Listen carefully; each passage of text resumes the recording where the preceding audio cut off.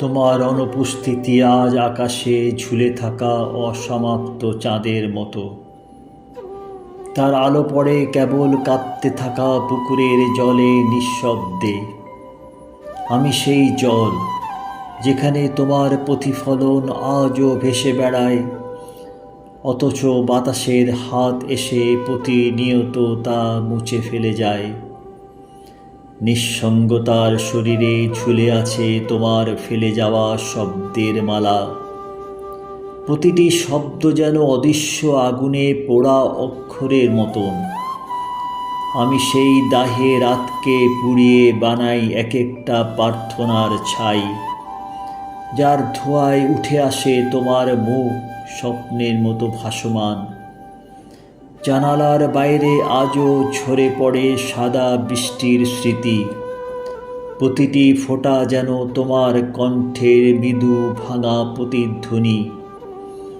তোমার অনুপস্থিতি এখন ঘরের ভিতর এক নিঃশব্দ প্রাণী, যা প্রতি রাতে আমার বুকের ভেতর নড়ে ওঠে নিঃসৃত কষ্টে। আমি তোমার ছায়াকে জড়িয়ে ঘুমোই, অথচ ছায়া তো ছুঁই না, কেবল অনুভব করি এক ঠান্ডা স্পর্শ, মৃত্যুর মতো স্থির। তুমি চলে গিয়েও থেকে গেছো বাতাসের গন্ধে, ঠিক যেমন রোদ চলে যায় তবু গাছের পাতায় থাকে তার উষ্ণতা। বিরহ আমার শরীরে এক গোপন নদীর মতো বয়ে চলে, যার স্রোত শব্দহীন, অথচ তীরে বাজে কান্নার ঢেউ।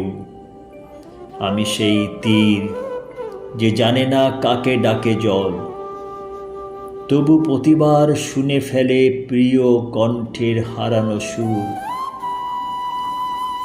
আজ রাত্রি হলো এক দীর্ঘ নৌকা, দিগন্তহীন ভেসে থাকা।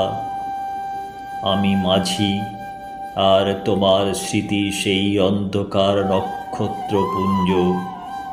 কেবল দূর থেকে দেখি আগুনে জ্বলছে একাকিতার প্রদীপ, যার শিখায় পড়ে আমার সমস্ত রক্তের উপমা। তবু আমি জানি বিরহ মানেই শেষ নয়, বরং এক মহাশ্বাস, যেখানে অনুপস্থিতির ভিতরেই জন্ম নেয় নতুন প্রেমের আলোক ছায়া।